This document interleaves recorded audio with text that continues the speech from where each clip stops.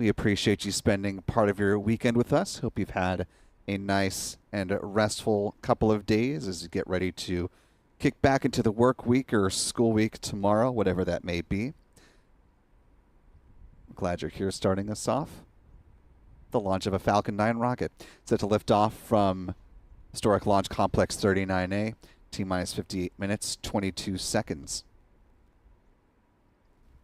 Our Stephen Young, editor of Spaceflight Now, running the technical operations of the broadcast.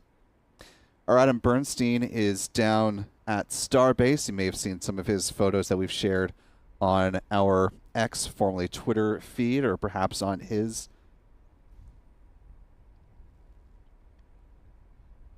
Our Michael Caine has this afternoon off, but you can follow the fellows on their handles. Adam is at ABurn NYC, Michael Caine at MD Caine Jr. While you're there, be sure to follow Spaceflight Now, simply at Spaceflight Now. We are also on Threads as well as Facebook if you are not on X yourself.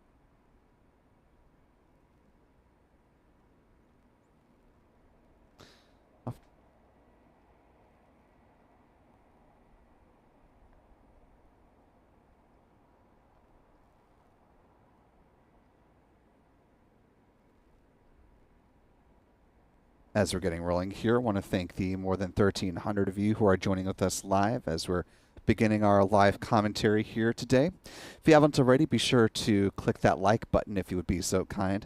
It allows the YouTube algorithm to do its thing and bring this live coverage to more folks as we continue on, and that is very much appreciated. Also want to thank our wonderful moderators hanging out with us today. I see Clisty Lee, Astro Jen, Astro Joe. Saw Rusty Shackelford earlier today over on Launchpad Live. Appreciate him. And we'll keep an eye out for any of the other mods that may be popping in during the next hour. If you do happen to see any of the other mods join us, be sure to give them a big old Spaceflight Now hello. So want to thank our wonderful channel member community for making this live launch coverage possible. So thanks to folks like the Rocket Girl, Cumulus Granatus, Sulfur for Lunch, Victoria Larkin, Jacques Merd, X Aaron, and James Manahan, and many others. Channel membership comes with a number of perks, including discounts at our online shop, that is shop.spaceflightnow.com. Access to member-only videos here on YouTube, and of course the ability to watch all of our live launch liftoff moments here in 4K.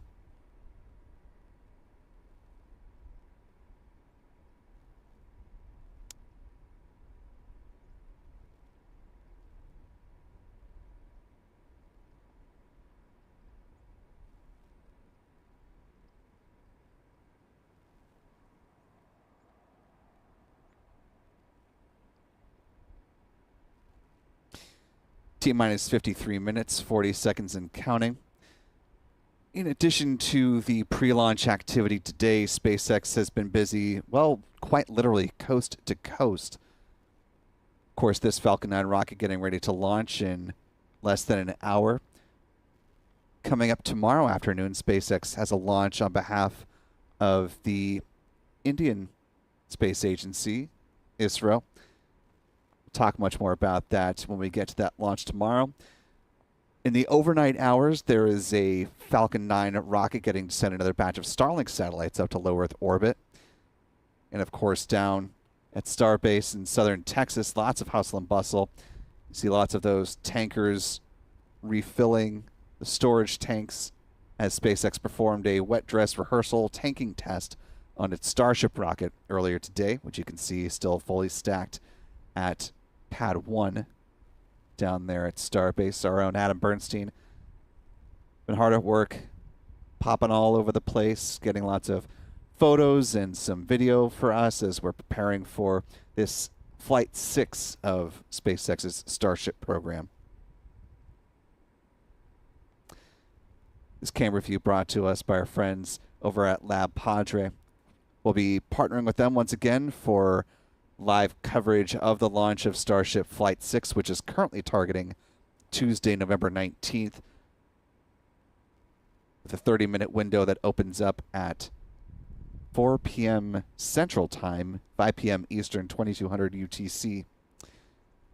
And that is to allow the ship upper stage, S31, is the tail number on that, to have a daytime splashdown in the Indian Ocean, unlike the previous launches. So look forward to hopefully getting some good live pictures as SpaceX tries to perform another propulsive landing in the Indian Ocean using its ship upper stage. Also looking for the launch tower, which SpaceX calls Megazilla, to perform another catch of the Super Heavy booster. That's B-13 out there. Looking for a repeat of last time, hopefully with a bit more confidence going into it. As you may have heard in some audio published by Elon Musk or seen in our either article or video here on YouTube, there was some concern up to the last moment that they may not be able to move forward with the catch. With some interesting insight. You can go ahead and listen to some of that audio. It's within our story, both the written article and the video here on YouTube. So you can go back and check that out at your convenience. Do see one of our other moderators, Mark Otto, has popped in. Good to see you, Mark. Last bit of housekeeping. If you have a comment or question about this mission or other happenings in the realm of space, you can go ahead and use the YouTube Super Chat feature.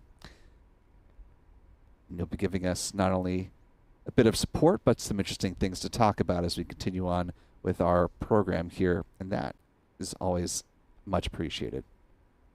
Speaking of which, I want to thank James Castile for a $12 Super Chat. Thank you, sir. Who says, special thoughts and prayers to my niece, Jessica. Go Spaceflight now, go SpaceX.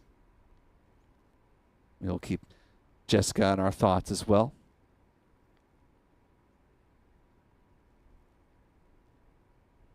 Also want to thank one of our wonderful channel members, Larry Mask, for a $5 Super Chat. Thank you, Larry.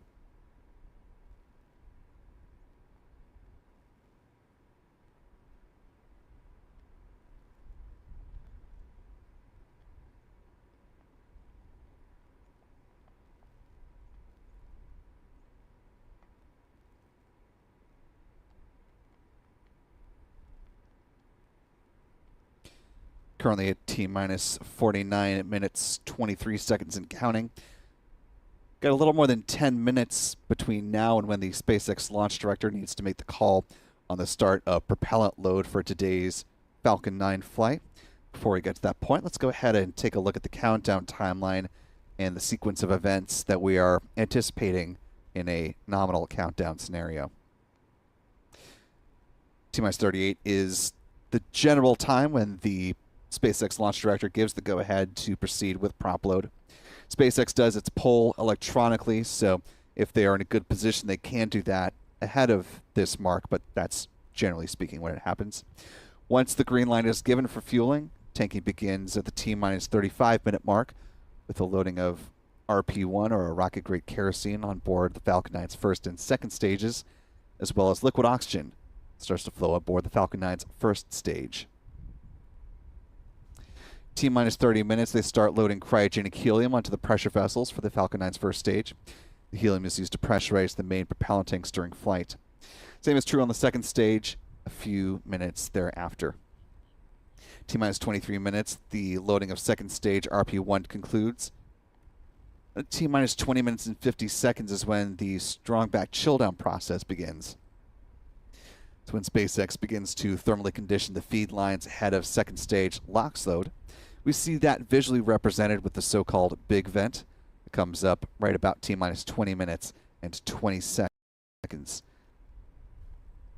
That lasts until about T-minus 16 minutes and 30 seconds ahead of second stage LOX load.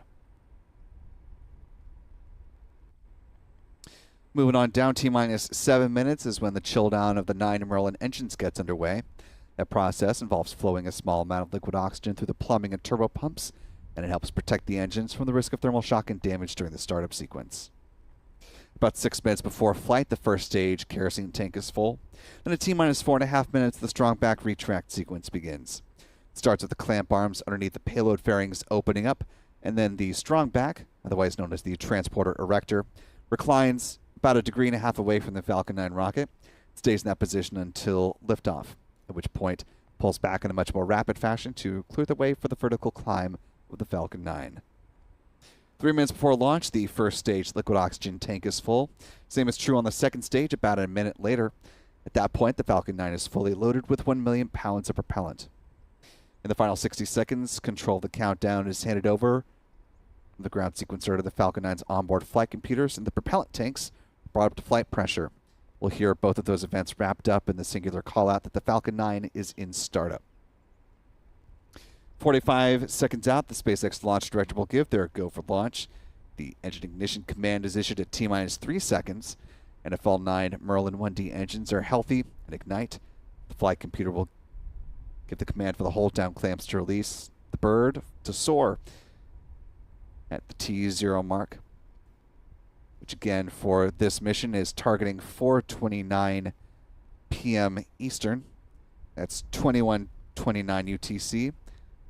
T-minus 45 minutes, 56 seconds.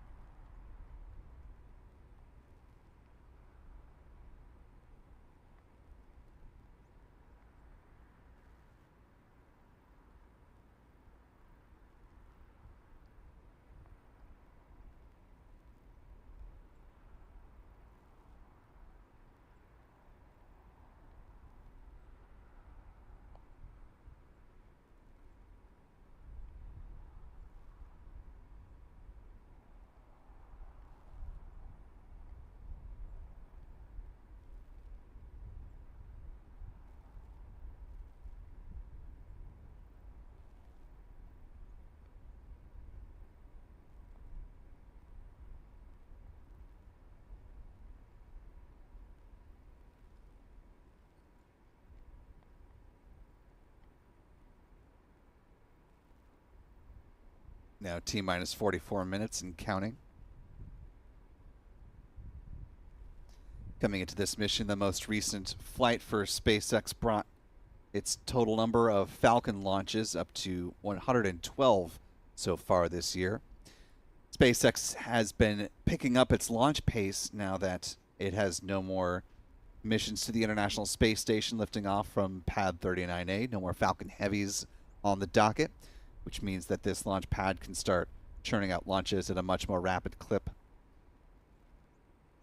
It also means that SpaceX doesn't have a 24-hour stand down ahead of a launch of mission to the ISS, an agreement that it has with NASA. So even if it had, like, for instance, a Starlink mission over on Pad 40, but a Dragon mission on 39A, they would have to wait until after Dragon goes once they get within a 24-hour bubble. Well, that time consideration no longer a factor now, so things will really start to drive up. SpaceX officials believe they can potentially reach 136 missions before the end of the year at the pace that they are ramping up to now.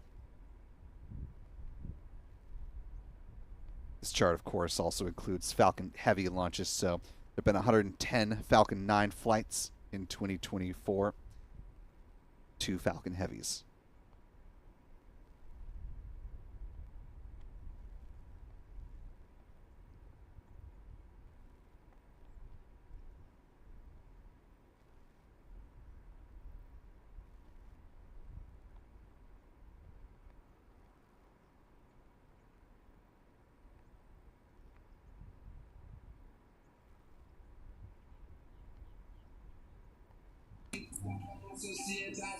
Ô, gente.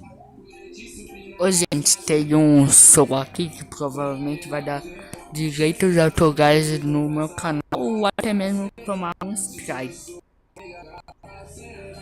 Mas, gente, tô filmando aqui porque a gente eu não filmava aqui. E não filmava a câmera da live. Desculpe aí, gente, pelo som.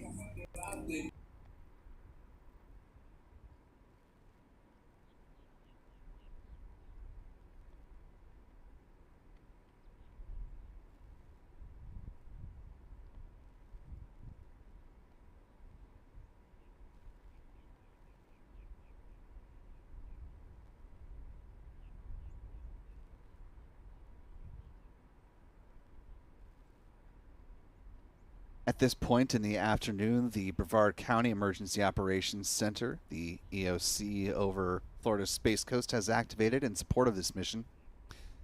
One of the busiest EOCs in the country. They bring their folks together in support of all launch-related activities like static fires or the launches themselves. In the event that there were an emergency that could potentially affect the public, they have multiple agencies standing by at the ready to respond quickly. Of course, EOC busy not only because of the launch activities here at the Cape, but also just because we live in the state of Florida. And of course, we are susceptible to hurricanes and other natural disasters that may need responding to, especially during this time of the year. We are, however, so tantalizingly close to the end of hurricane season. And hopefully we will end the 2024 hurricane cycle on a bit of a lighter note. And it can just fizzle out. We can go into the holidays not thinking about hurricanes. Currently T-minus 39 minutes, 51 seconds and counting. Speaking of the weather, the 45th Weather Squadron forecast a pretty optimal launch weather forecast for today's flight.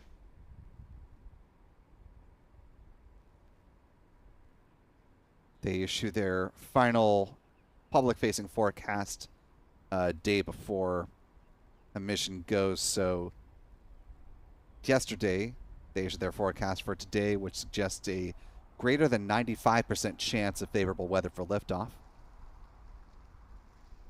Only watch item being the cumulus clouds, which, of course, you can see in this wide shot here. The booster recovery weather is tracking in the low to moderate frame on a scale of low to moderate to high. If for whatever reason SpaceX is unable to launch this mission today, they do have a 24-hour backup opportunity with a nearly 2-hour window that opens up at the same time, 4:29 p.m. Eastern, 21:29 UTC. In that circumstance, the weather at liftoff still the same, greater than 95% favorable. Slight liftoff winds tracking between 7 and 12 miles per hour. The boost recovery weather improves slightly in that scenario. We'll talk a little bit more about the trajectory in just a little bit, but just to broadly tease to it, this Falcon 9 rocket is a mission targeting geosynchronous transfer orbit, meaning it's heading out due east once it leaves the pad here. SpaceX has its drone ship a shortfall of gravitas on tap to support this mission today.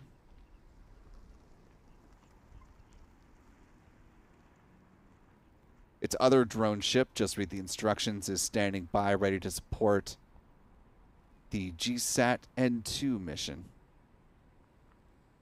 Another geosynchronous transfer orbit launch, that one lifting off from Space Launch Complex 40.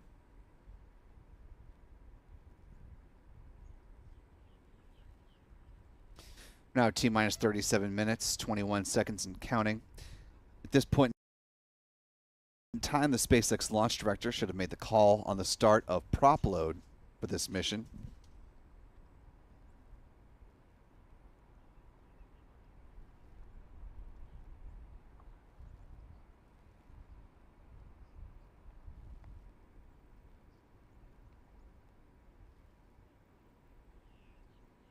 And as I let those words slip my mouth, we actually have a new T0. Again, SpaceX has a nearly 2-hour window for this mission, so they are now currently targeting 4:48 p.m. Eastern. 4:48 p.m. Eastern, that is 21:48 UTC. An adjustment of just a hair under 20 minutes.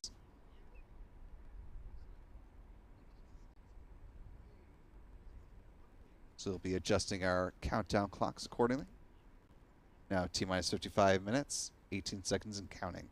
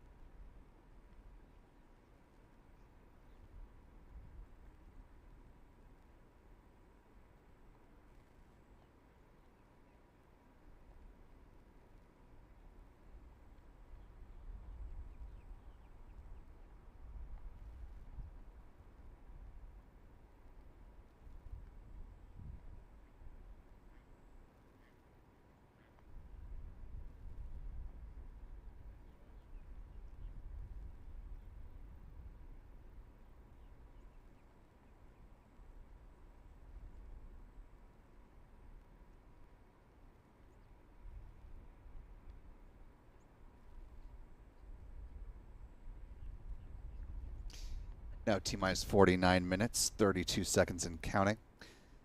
For those who are just joining us, you may have noticed the clock no longer lining up with the launch at 4:29 p.m. Eastern. That's because SpaceX has adjusted to the right the liftoff time of the Optus-X mission, dubbed TD7 by SpaceX. Liftoff now 4:48 p.m. Eastern, 21:48 UTC.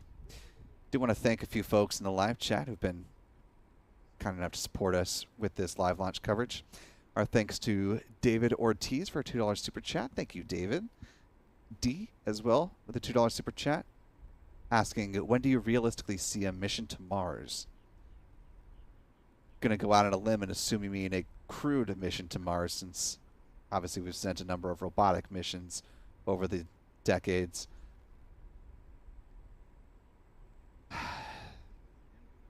It's a hard question to answer. It sort of depends on what your level of comfort is with what a mission to Mars looks like.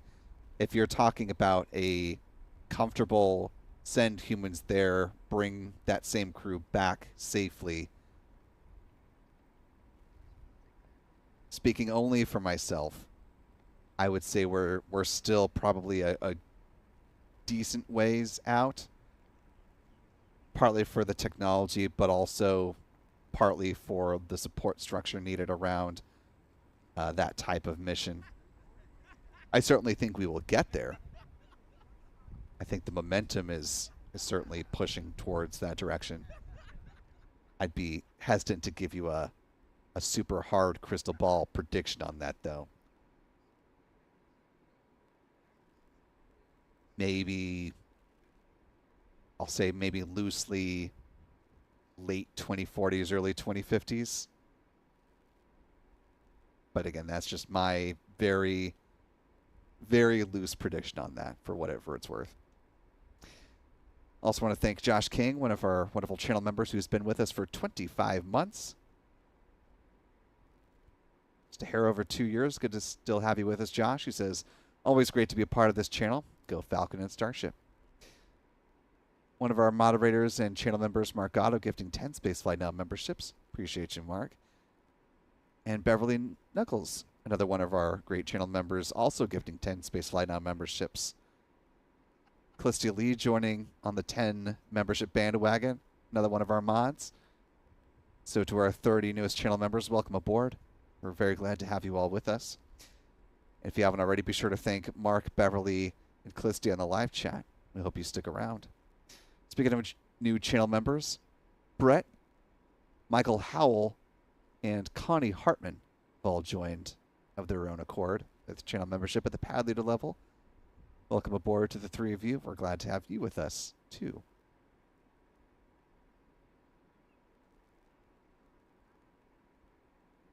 Channel member Space Pony.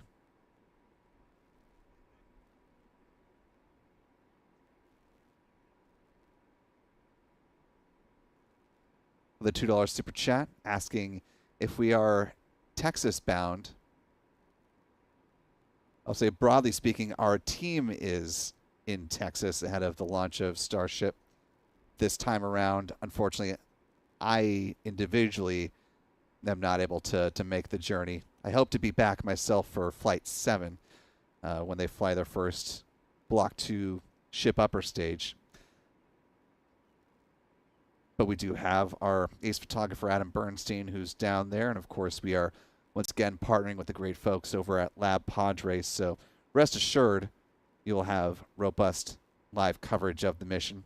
And our friends Chuck and Jen Briggs are also Starbase bound and will be in place to help support our coverage of Starship Flight 6. So lots of pieces on the board. We're looking forward to covering that mission from tip to tail. It's going to be a busy 48 hours between now and then.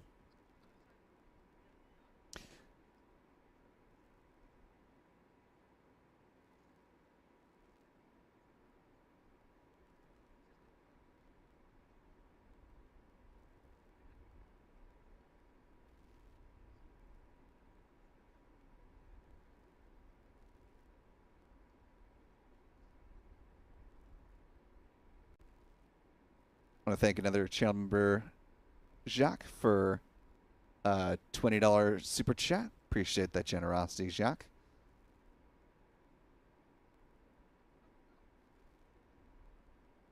Another channel member, Chuck Close, gifting $25 super chat. Appreciate you, Chuck. Thanks for gifting at that level. And a $100 super chat from Artemis, another one of our wonderful channel members. His trademark hype up energy message saying, hip hop, TikTok, I won't stop. Let's go. Really appreciate you supporting at that level, Artemis, and for gifting 50 Spaceflight Now memberships too.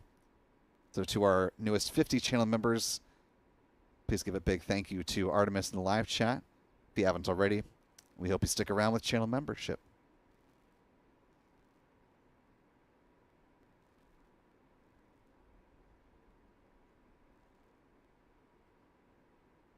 And SpaceX continues to exercise the full breadth of its nearly 2-hour window, as we've made another adjustment here to now 5:08 p.m. Eastern. 5:08 p.m. Eastern, that is 22:08 UTC. We've adjusted our countdown clocks. We are once again back at T-minus 1 hour, 3 minutes, and 2 seconds.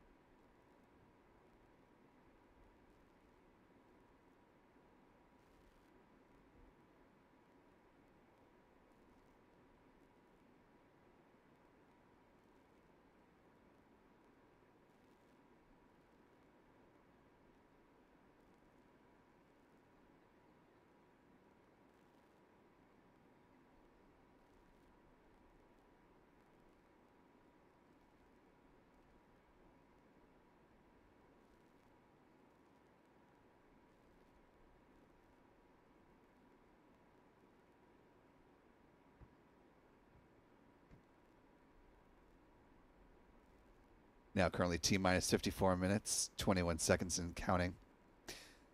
On board this Falcon 9 rocket is a spacecraft based off of all public filings and range reservations called Optus-X.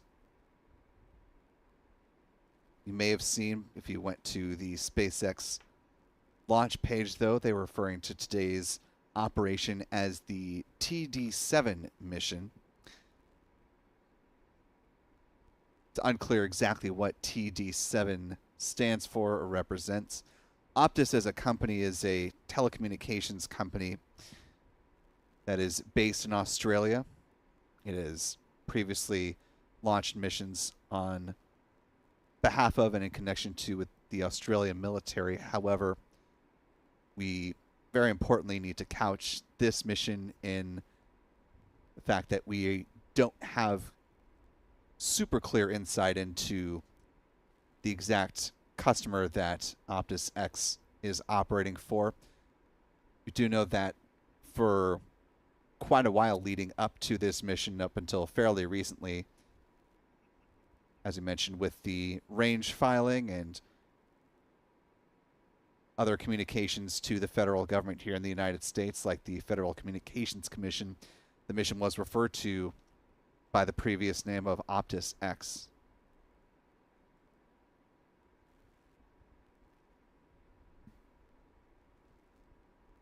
For instance, in one FCC filing, do note that Intelsat was granted special temporary authority to operate the Ka band, provide launch and early orbit phase support with the Optus-X satellite.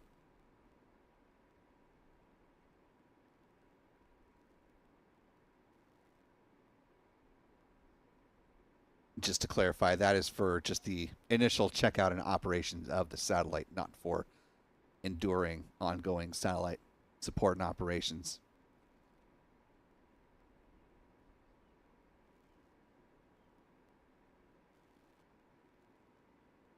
A supporting document to that filing did state that Northrop Grumman, and I'll quote here, Northrop Grumman will serve as the mission manager. Northrop Grumman will build and send commands to the Intelsat antenna, which will process and execute the commands. Telemetry received by Intelsat will be forwarded to Northrop Grumman. We have reached out to Optus, the company, to inquire more about this mission. As of yet, we have not heard back from Optus. If we do, we'll be sure to update our web article with further information.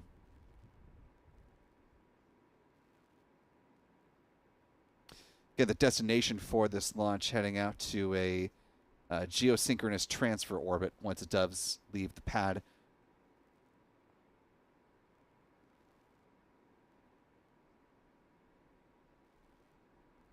Current launch time again, 5:08 p.m. Eastern, 22:08 UTC.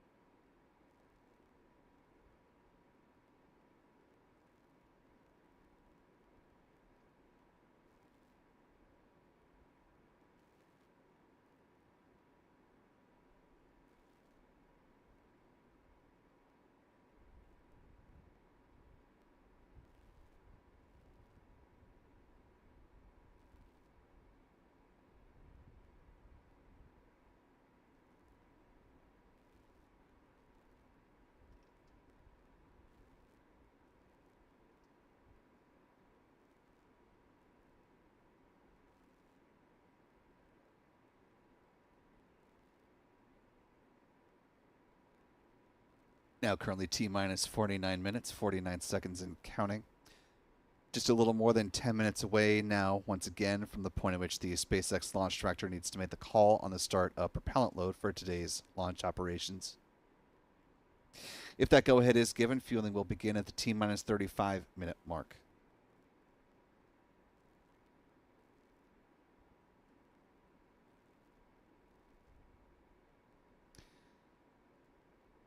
Taking a look at our chat, I want to thank Patty Chichil for a $10 super chat. Appreciate that, Patty.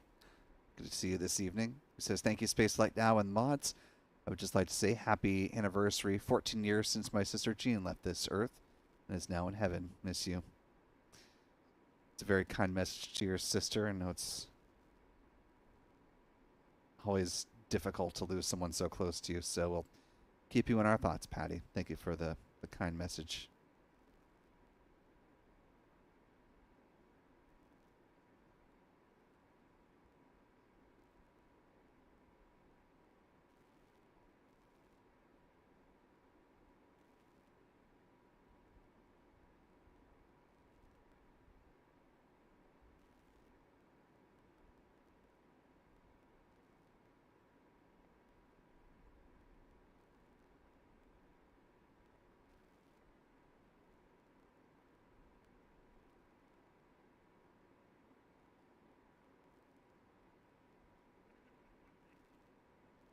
Do have another new launch time for you. SpaceX is now targeting 5:28 p.m. Eastern, 5:28 p.m. Eastern, 22:28 UTC.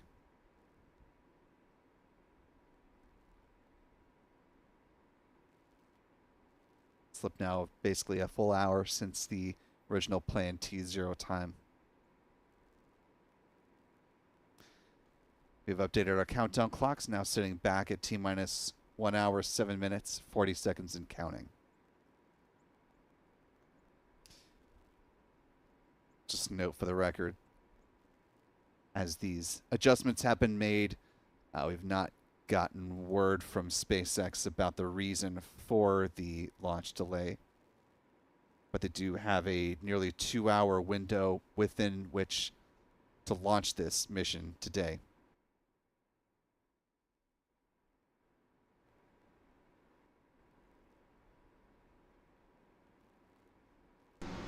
Esse foguete foi adiado já 2 vezes, gente. Nessa missão, gente, e estamos acompanhando agora em live. Que o horário que vai ser o lançamento às 19h28. Gente, foi adiado 2 vezes. Agora esse adiado foi para as 19h28.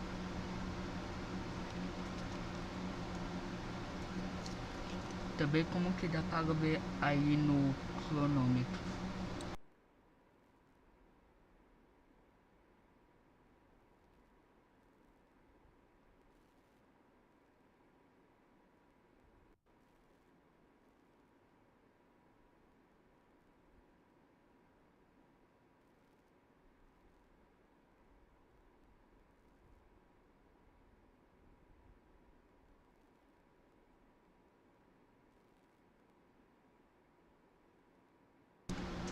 Olha a imagem bonita do foguete.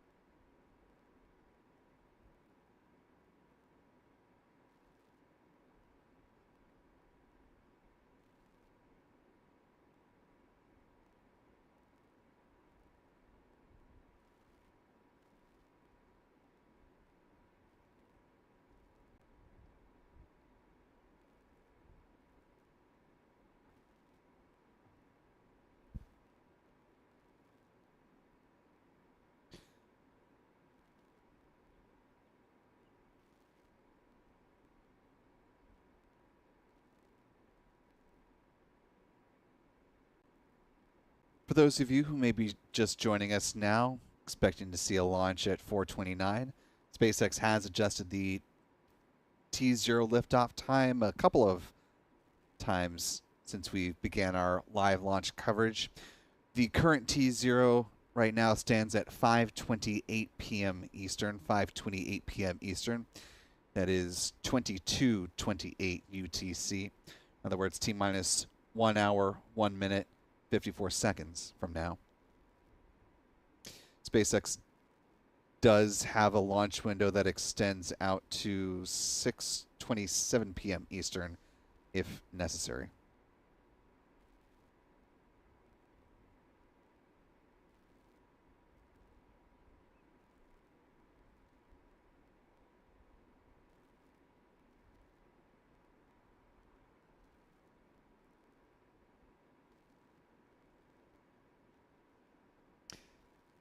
If SpaceX does in fact stick to this current T0 of 5:28, that will be just 1 minute after sunset, which, given the clouds that are hanging around, could be a pretty spectacular launch from a visual perspective, with the light hitting the clouds just right and maybe creating some very cool color contrast. And potential jellyfish effect as well. So much to look forward to with the now current T0 of 5:28 p.m. Eastern, 22:28 UTC. And we will cross our fingers that this most recent adjustment is the last one on deck for today.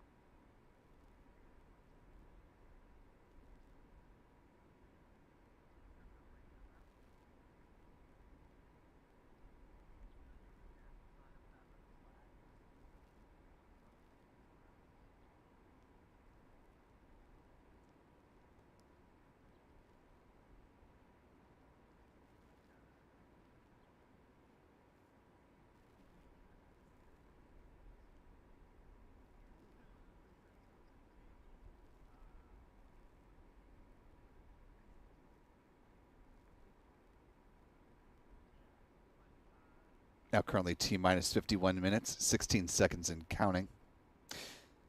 As I mentioned, the Falcon 9 rocket, once it leaves the pad, is going to be heading off on a geosynchronous transfer orbit. So let's go ahead and give you a visual representation of what exactly that means. Falcon 9 rocket will lift off from from Launch Complex 39A. There at the Kennedy Space Center. We'll head out east over the waters of the Atlantic Ocean with the first stage booster landing on the SpaceX drone ship called a shortfall of gravitas. One of SpaceX's 3 drone ships in its fleet, one of 2 that's out here on the East Coast. The other one, of course I Still Love You, is patiently waiting to catch the booster in support of the Starlink 9-12 mission out in the Pacific Ocean in the overnight hours tonight. Following stage separation and the booster landing on shortfall of gravitas, the second stage will continue on with the Optus-X satellite onto its final destination. According to filings with the U.S. FCC, or the Federal Communications Commission,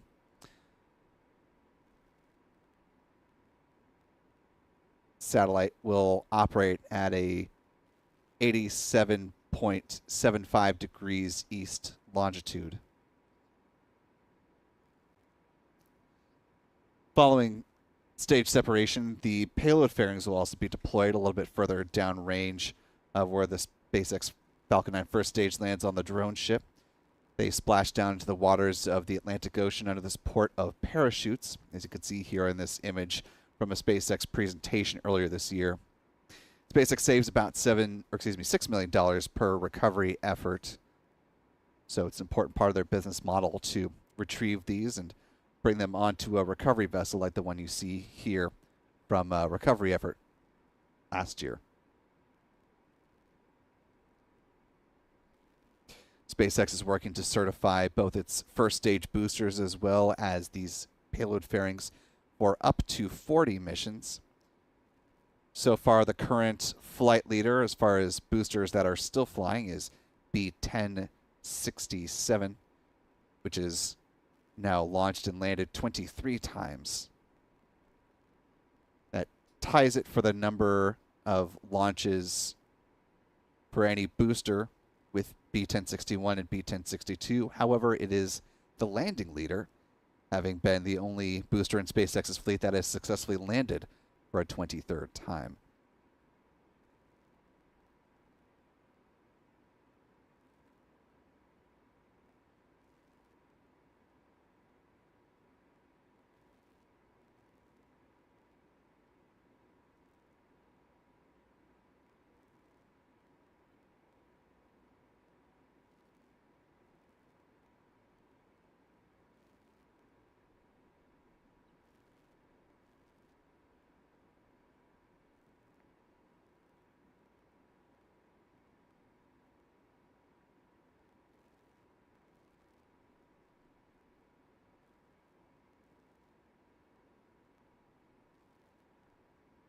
Now T-minus 47 minutes, 37 seconds and counting.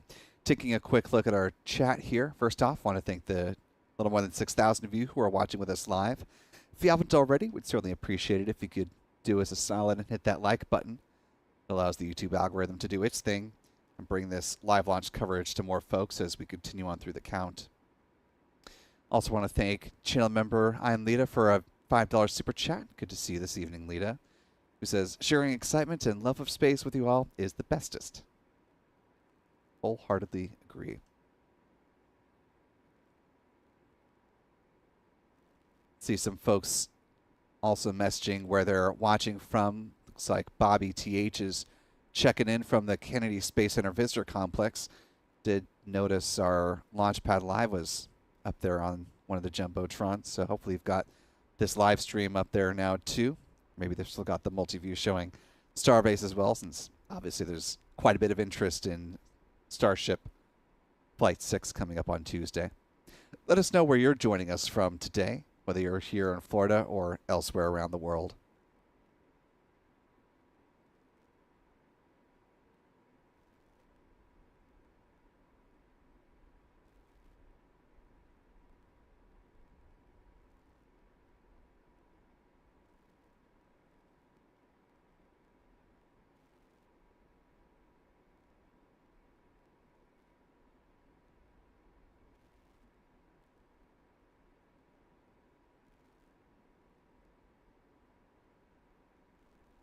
See plenty of Florida represented here. Got some Southern California, England, Texas, the Netherlands, Middle Tennessee, Canada, Sweden. It's always wonderful to see what a global audience we have for these missions. We appreciate you spending your evening with us here at Spaceflight Now for your live launch coverage. Currently T-minus 45 minutes, 31 seconds and counting. We're a little less than 7.5 minutes away from the next round of when the SpaceX launch director needs to make the call on the start of propellant load for today's mission. As it stands right now, SpaceX is still targeting 5:28 p.m. Eastern, 5:28 p.m. Eastern, or 22:28 UTC for those around the world. If they do need to make another adjustment, they need to do so prior to the start of fueling. They have a launch window that closes today at 6:27 p.m. Eastern.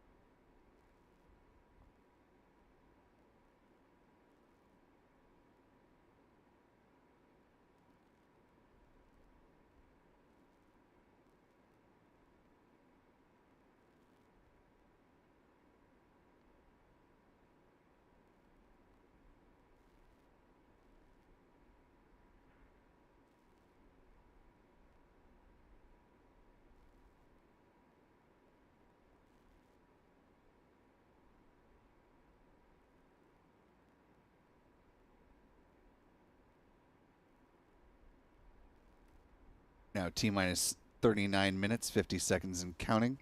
SpaceX still appears to be aiming towards a liftoff at 5:28 p.m. Eastern, 22:28 UTC.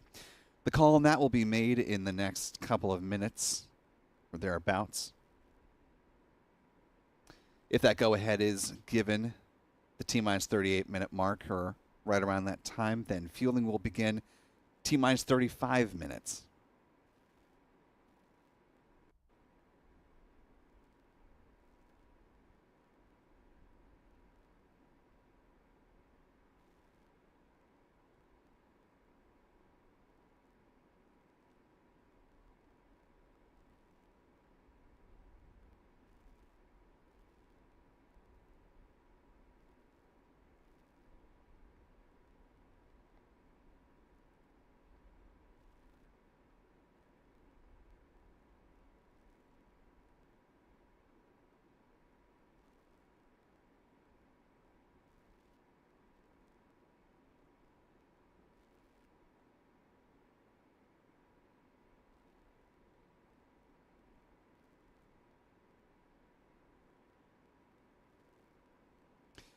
Now T-minus 38 minutes, 30 seconds and counting. Want to thank A. Peter Aldrian for joining us the channel membership at the pad leader level. Welcome aboard.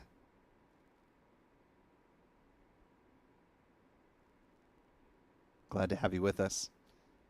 Also want to thank Mike's for a $5 super chat. Appreciate that, Mike.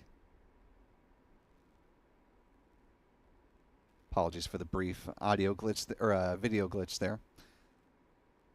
Also want to thank another one of our wonderful channel members, Mel Roberts Harold, with a $10 super chat. Good to see you this evening, Mel.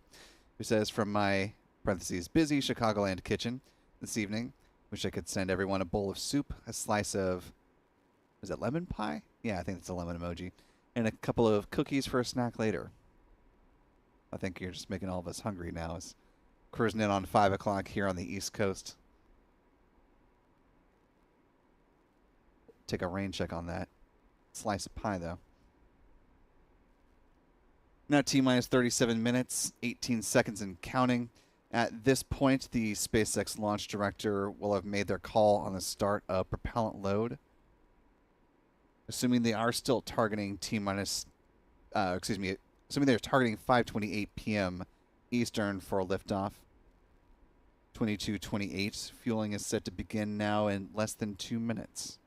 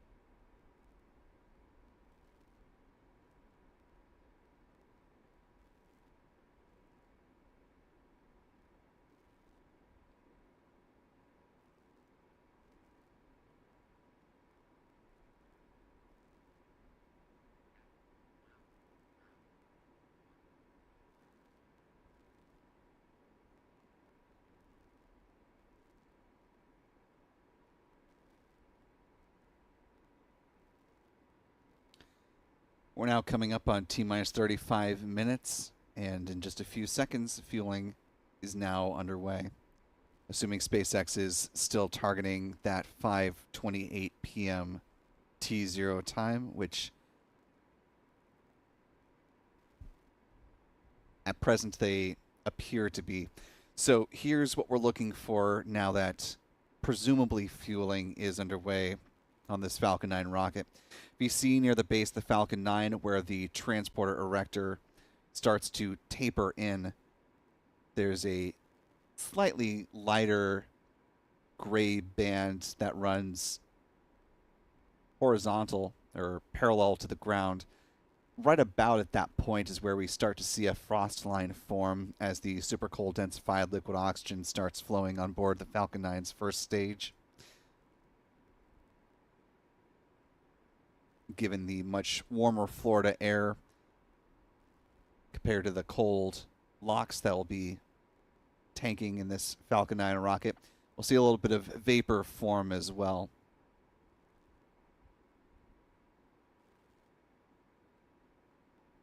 So as we're now T-minus 33 minutes, 47 seconds and counting. Usually right about T-minus 33 minutes, or certainly by T-minus 32 minutes, we start to see some evidence of fueling. Given the relatively good lighting at this point and the fairly low heat distortion, we should have a pretty good idea if fueling is underway.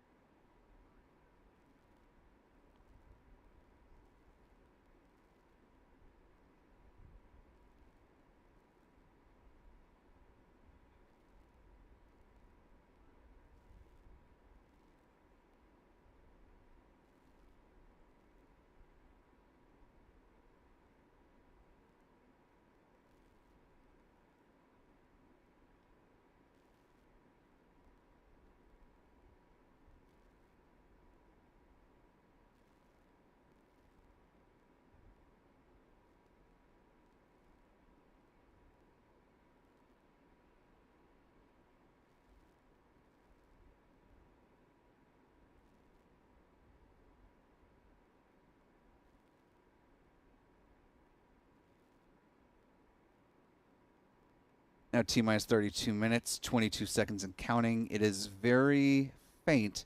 We can see a little bit of vapor on the left-hand side of the rocket from this vantage point, which does seem to indicate that fueling is underway, which does mean that SpaceX is committing to a T0 at 5:28 p.m. Eastern, 22:28 UTC, just a minute after sunset, which, given the lighting conditions, obviously we'll continue to watch the clouds, but could mean a very spectacular launch, the possibility for a jellyfish effect as the rocket ascends over Florida's Space Coast.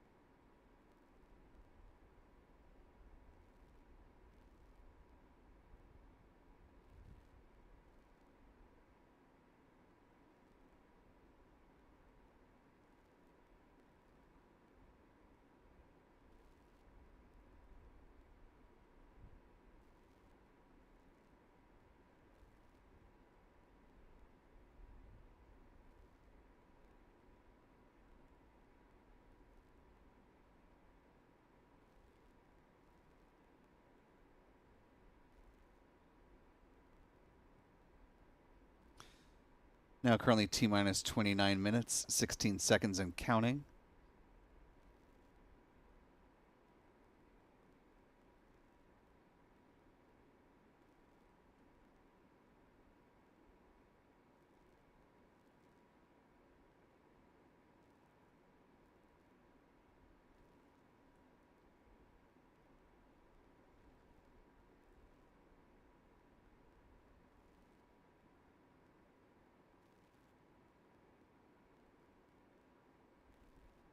SpaceX is continuing its fueling of its Falcon 9 rocket. Taking a wide look out here at the press lawn facing Historic Launch Complex 39A, you can see kind of a nice spread of clouds over the area. Again, this rocket is going to be lifting off from the pad just about a minute after sunset. As you can see in this zoomed in view of the pad, fueling is well underway on this Falcon 9 rocket. Loading of RP-1, or a rocket-grade kerosene, on board the Falcon 9's first and second stages. And super cold densified liquid oxygen now flowing on board the Falcon 9's first stage. SpaceX uses a load-and-go style of fueling for its Falcon 9 rockets, which means fueling continues pretty close until the point at which it's ready to launch this mission.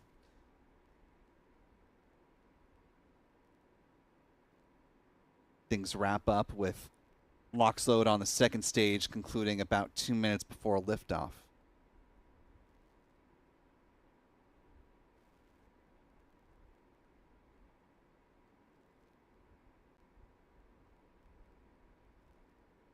Before we see the so-called big vent as SpaceX thermally conditions the feed lines prior to second stage LOX load, let's go ahead and talk about the Falcon 9 first stage booster that is supporting this mission.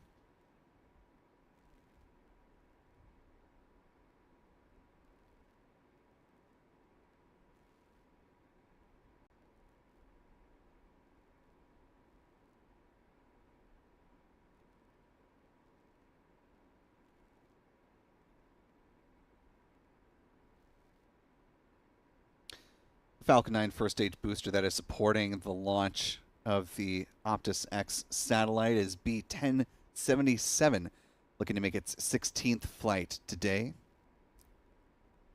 So before that happens, let's go ahead and do a brief walk-through history with this booster and talk about where it has flown before. As is the case with a number of SpaceX's boosters, it first flew in support of an astronaut mission, in this case Crew 5, which lifted off just a couple of years ago, back on October 5th of 2022. This mission to the International Space Station supported the Crew Dragon named Endurance, a distinct Dragon flight for a couple of reasons. The mission was commanded by NASA astronaut Nicole Mann, who became the first Indigenous woman to go to space. It was also the first time that a Russian cosmonaut flew to the International Space Station on board a SpaceX Dragon spacecraft. Next launch was on January 18th, 2023, with the launch of the GPS-3 Space Vehicle No. 6 satellite. The series of GPS satellites are manufactured by Lockheed Martin and nicknamed after famous explorers.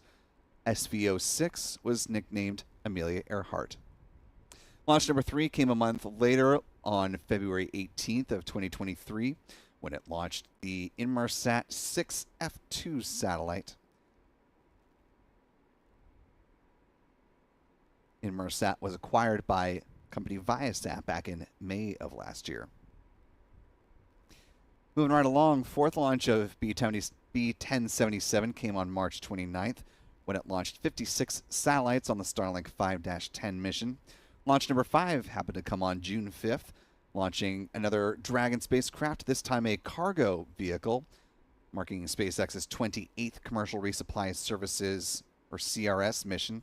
This one sending up more than 7,000 pounds of research and supplies up to the orbiting outpost.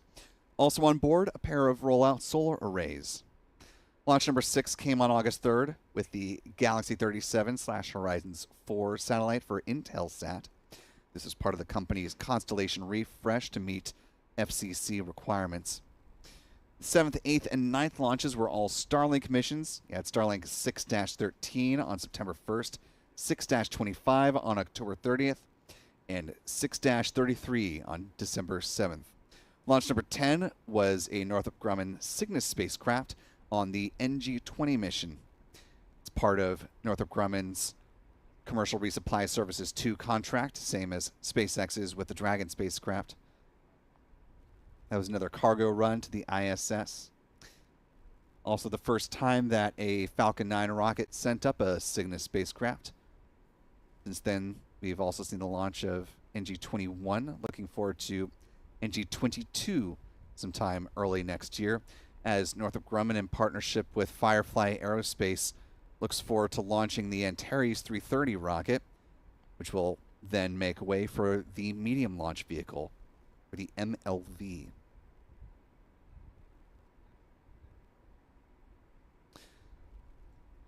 Everything after this point was a run of Starlink missions for this booster. You had Starlink 6-43 on March 10th, 6-51 on April 17th, 6-63 on May 24th, 10-4 on July 28th, and most recently, you had Starlink 8-11 lifting off on September 5th, which of course leads up to the current mission set to lift off in 22 minutes, 46 seconds.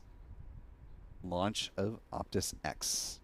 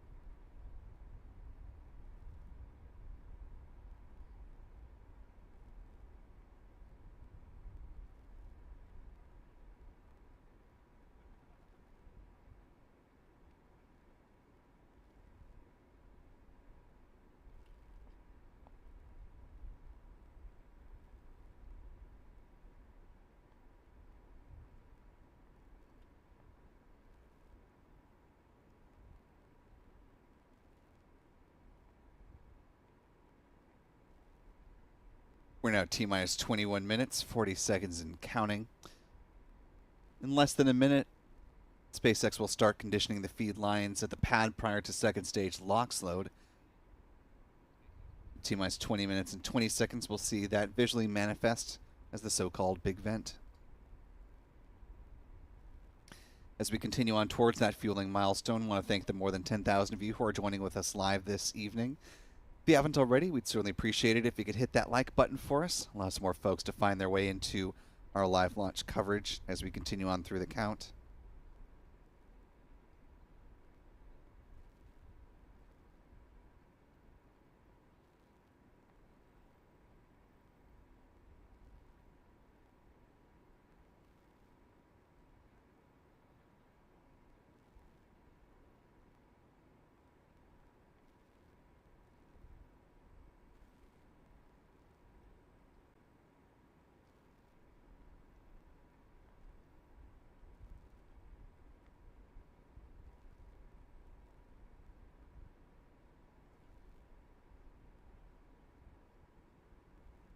Now T-minus 20 minutes, 25 seconds and counting. You see the so-called big vent now kicking off at Launch Complex 39A. SpaceX prepares for second stage LOX load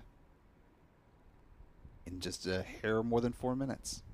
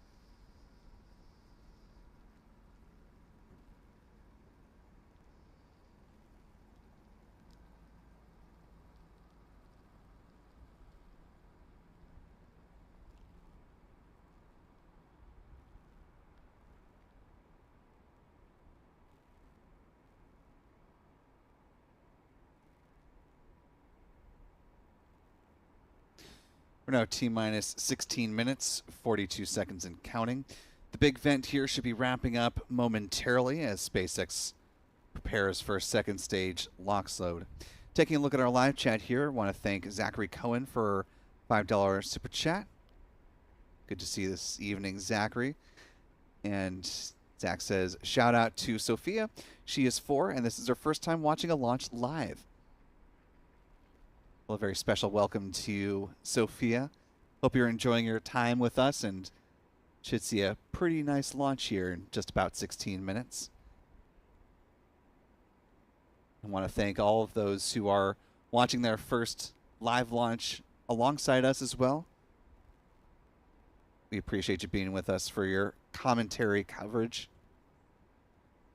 And we hope from whatever vantage point you're watching from that you've got a good view. And we'll be right here to support bringing you an even better one. Or at least helping to augment what you're able to see with your own eyes. Also want to thank Larry Sheehan for $2 super chats. Appreciate you, Larry.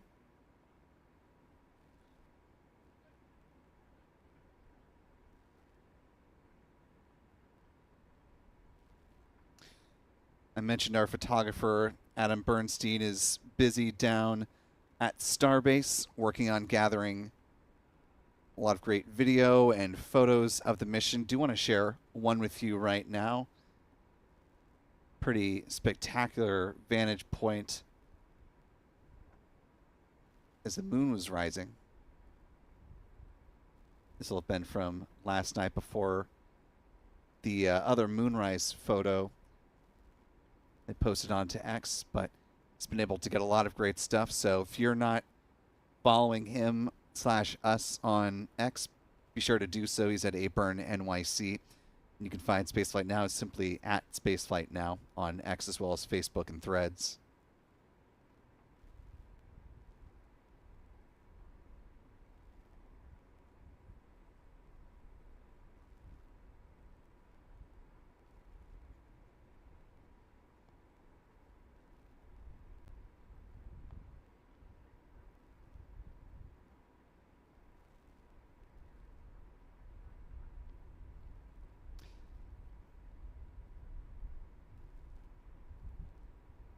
And I'll just take a moment to briefly echo the sentiments of another member of the space coverage community, Felix Spacetime on X, that a lot of folks, including us, of course, are busy working to cover the Starship launch from southern Texas.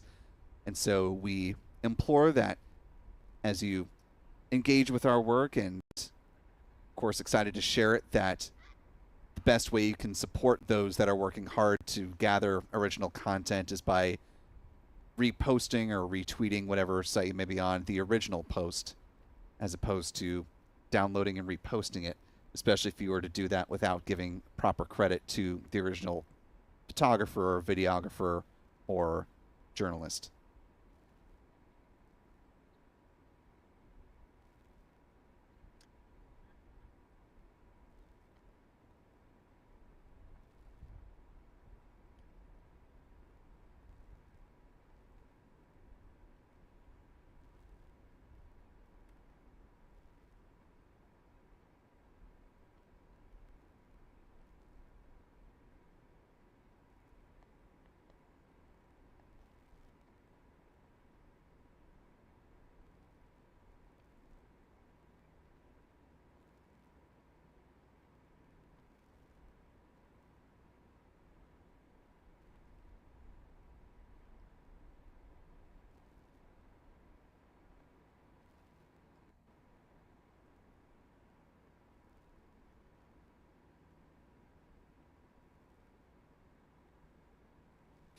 Now T-minus 12 minutes, 18 seconds and counting. Want to thank a few more folks for your support this evening.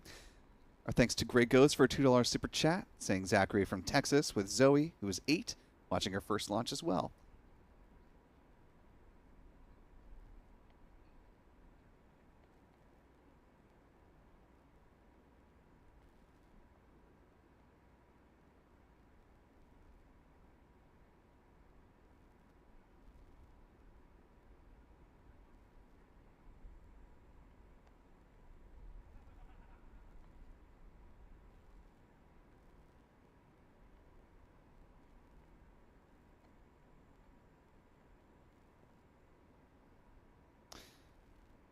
Also want to thank Mandy J.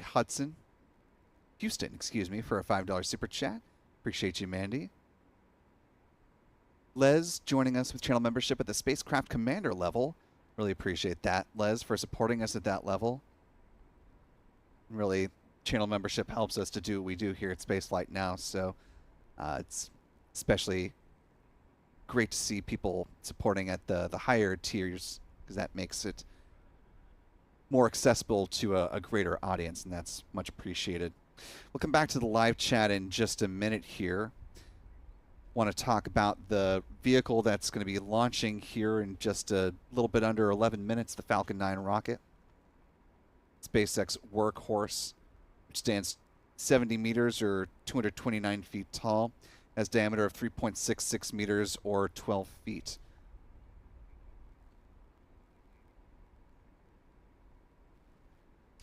Bottom two-thirds of the rocket are the Falcon 9's first stage.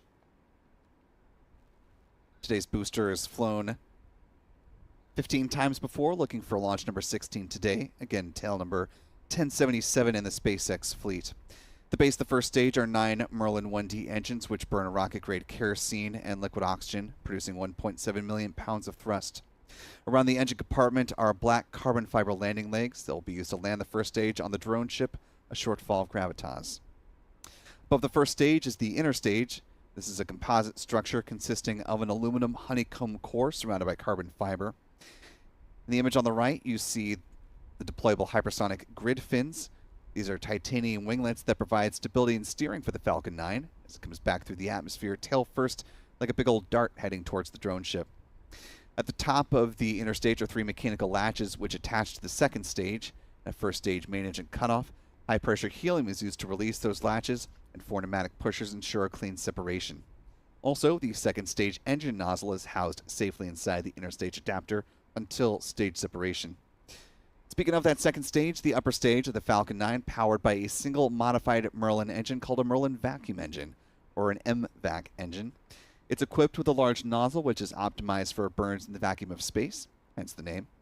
It produces more than 220,500 pounds of thrust and will be fired twice on today's flight to place the Optus-X satellite into its intended orbit. The MVAC engine burns the same propellant mix, that being kerosene and liquid oxygen, same as the first stage. And at the very top of the stack are the payload fairings, which contain the Optus-X satellite. Fairing is made up of a carbon composite material and is 13.1 meters or 43 feet tall, 5.2 meters or 17.1 feet in diameter. Fairing halves will be recovered a little further downrange from where the first stage lands on the drone ship. Gently splashes down into parachutes. They'll be brought back to Port Canaveral and turned over for servicing.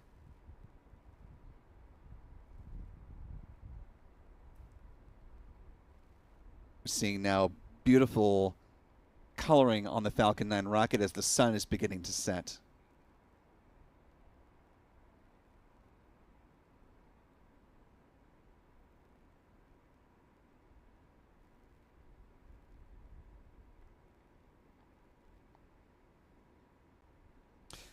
Just note for the record that SpaceX commentator Chris Gebhardt noted that the satellite on board is in fact a communications satellite. A little bit more color than what had previously been noted by SpaceX in its launch page.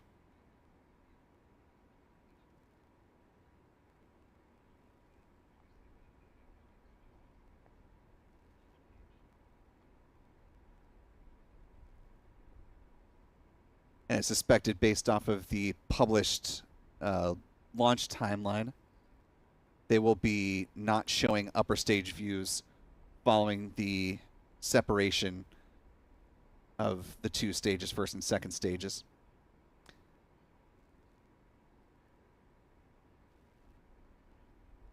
Yeah.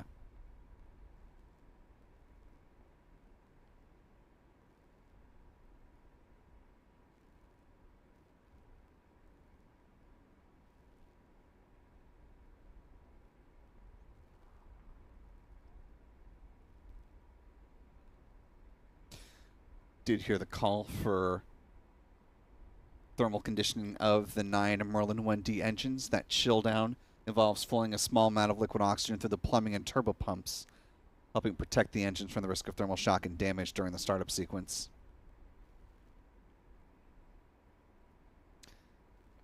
As you can see, the sun beginning to set. Taking a look at a slightly wider basin view of this Falcon 9 rocket, you can see a little bit more of a bluer hue around our vantage point on pad 39A. Liftoff set to take place about a minute after sunset, so should be a fairly nice ascent on this Falcon 9 rocket.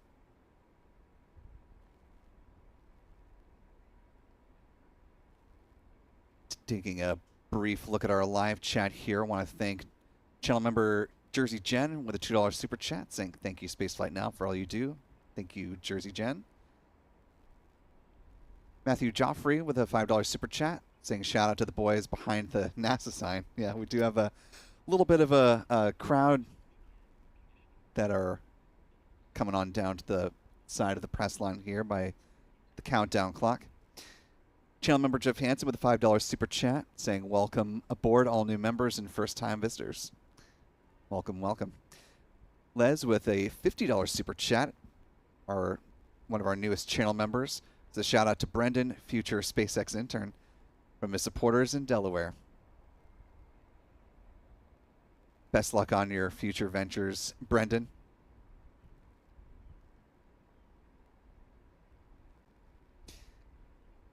Edward Parker with a $5 super chat as we're now approaching strong back retract.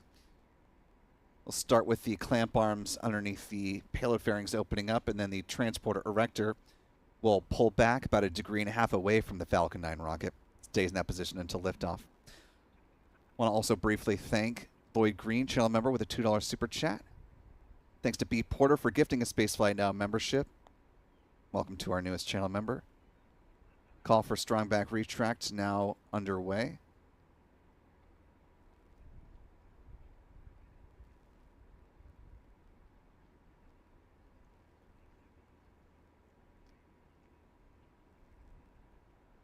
Take a close look from these pad views from SpaceX. See those clamp arms now opening up from the SpaceX feed. Just a quick bit of housekeeping here. You'll notice our countdown clock in the upper right hand corner of the screen. Slightly different from what you see in the big box from the SpaceX feed. Reason for that is our countdown clock is in real time. What's coming through from SpaceX is on a slight delay, so we'll be making our callouts based off of the real time so that they are in sync with our tracking cameras here on the ground.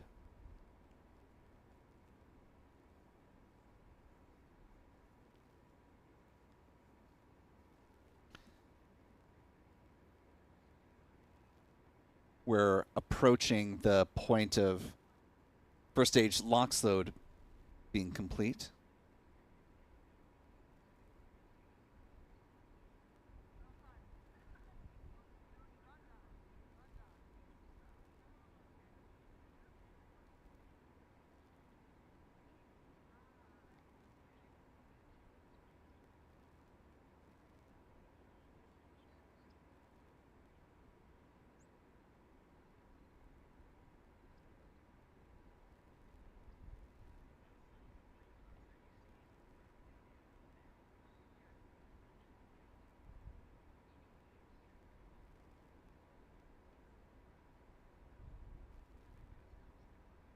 Do have a call for stage 1 LOX load being complete. We're just now waiting stage 2 LOX load to wrap up, and fueling will have concluded. SpaceX is approaching a sunset launch of the Optus-X satellite. As we have just a couple minutes left, want to thank the nearly 25,000 of you who are with us live. If you haven't already, be sure to hit that like button to allow a couple more folks to find their way into our live launch coverage, as we're looking forward to a liftoff in less than 2 minutes. SpaceX commentator Chris notes that there are no issues being worked on the Falcon 9 or the payload, so we are looking good for a liftoff here in less than 2 minutes. That venting you're seeing are the ground gas closeouts as they are purging the remaining locks from the feed lines.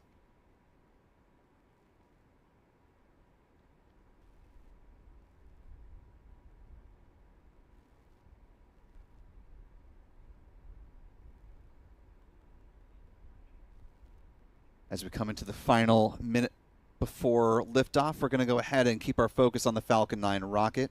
We'll come back to the live chat on the other side of liftoff.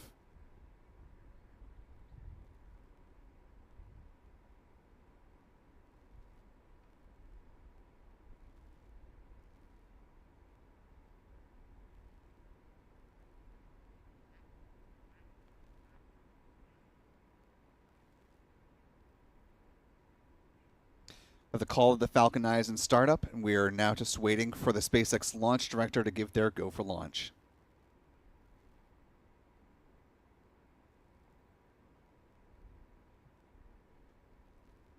And we do have that confirmation that SpaceX is go for launch. Now less than 30 seconds to lift off. 20 seconds. 15 seconds. And here we go in 10, 9, 8, 7, 6, 5, 4, 3, 2, 1. Engine ignition and liftoff of the Falcon 9 rocket on the Optus-X mission. The Falcon 9 has cleared the tower.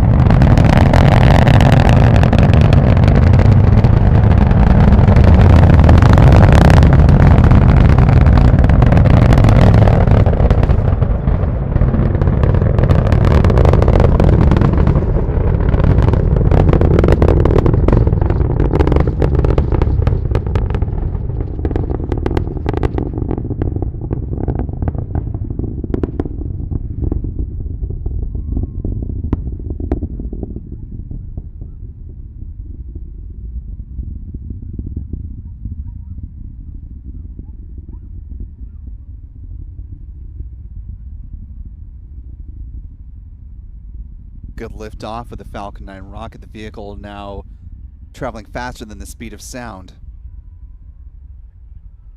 Rocket is passing through max Q, or the point of greatest aerodynamic pressure on the vehicle. Got that call from max Q. Coming up next is a sequence of events in fairly rapid succession. First, we'll have first stage main engine cutoff, or MECO, at about 2.5 minutes after liftoff. That'll be followed seconds later by stage separation, followed by the ignition of the second stage engine, and then the fairings will separate about 3.5 minutes after launch.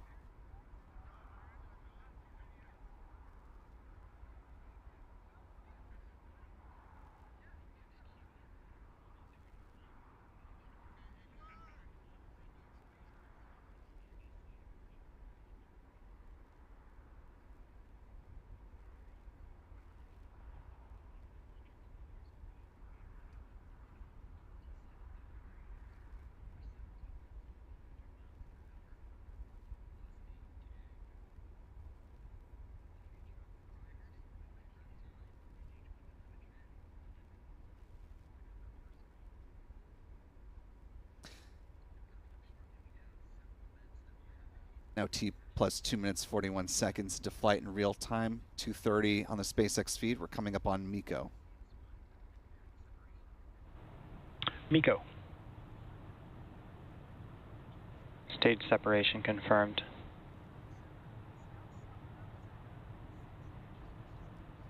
And back ignition. And as a reminder, at the request of the customer here, there will not be second stage views of the Falcon 9 rocket. The hypersonic grid fins now being deployed on the Falcon 9 first stage booster. as it is making its way towards the drone ship, a short fall of gravitas.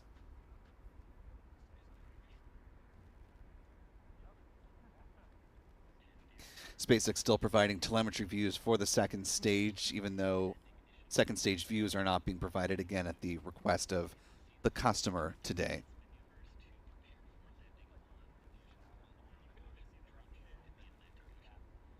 Call for fairing separation from SpaceX. Now coming up on the 4th minute into flight. Those fairing halves again will splash down in the waters of the Atlantic Ocean under the support of parachutes.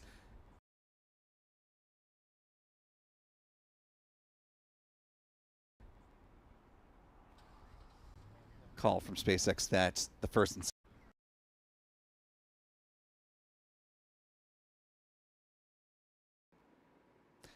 now a little more than 4.5 minutes into this mission at 120 kilometers in altitude.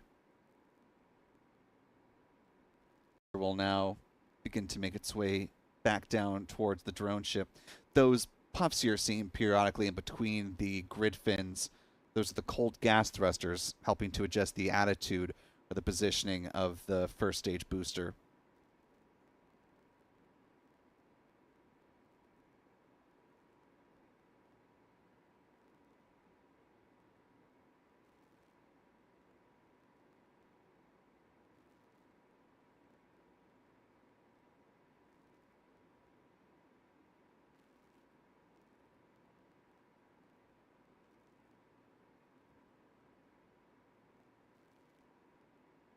Now 5.5 minutes into flight in real time, 5:22 on the SpaceX feed. Coming up at T plus 6 minutes and 15 seconds is when the first stage entry burn will begin.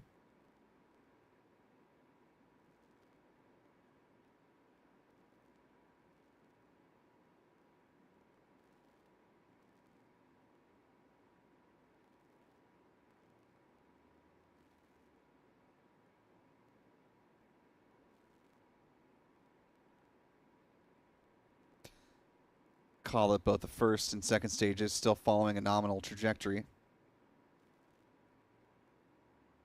Coming upon the start of that first stage entry burn.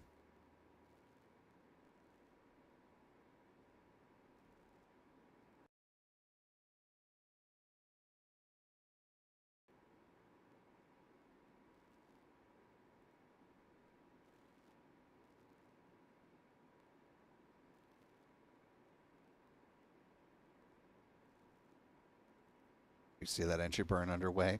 It'll last a little more than 20 seconds in total.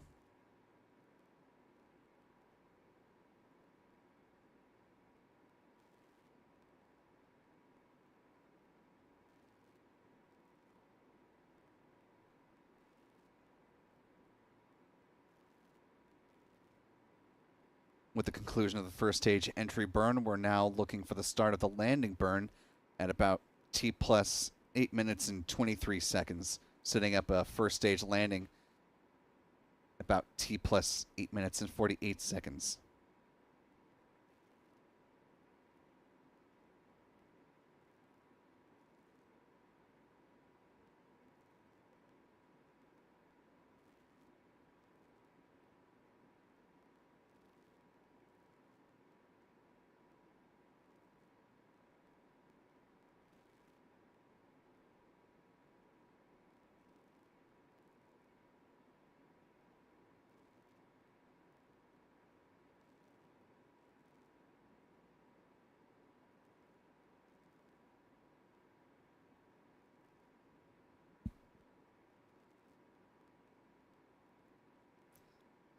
Falcon 9 first stage booster now traveling below the speed of sound. Coming up on the 8th minute into flight.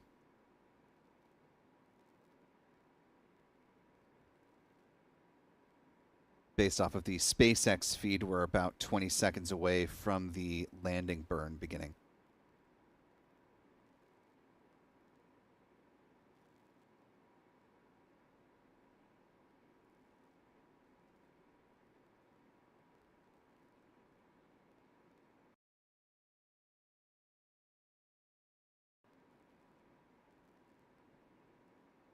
Landing burn underway.